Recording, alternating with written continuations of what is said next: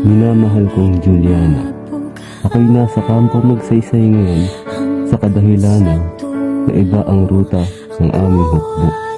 Ako'y nababahala na dahil sa mga oras na ito ay iyong inaakala na ako ay isang maring kalaban. Isa man akong Kastila, ngunit hindi hadlang ang aking lahi para hindi kaibigan ng tunay.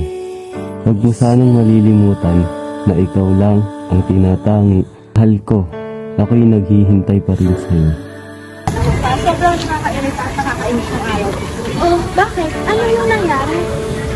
Alam mo ba, kanina natutulog ako, tapos pinatuba naman ako ni Prof. Marty ng tiyan. Hala, ang sungit talaga ni Sir Marty.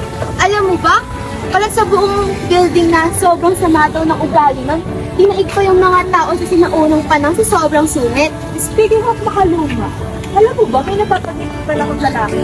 Hindi ka ba nagtataka sa panaginip mo?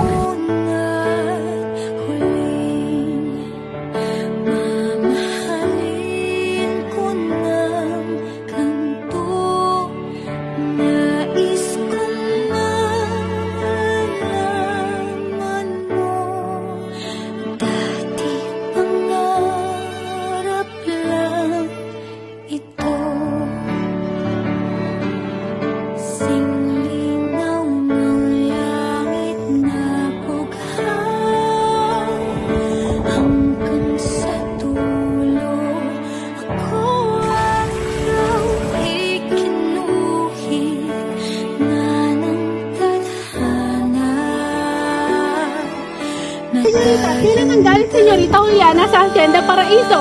Nerda! Sierra El Pico, iintindihan mo ba ako? Hindi maaaring matuloy ang kasal ni Alejandro at Juliana. Hindi ako papayag na mabahiran ng lahing Indio ang lahi ng mga Paraiso. Ang purong Kastila ay para lamang sa purong Kastila. Naiintindihan mo ba ako?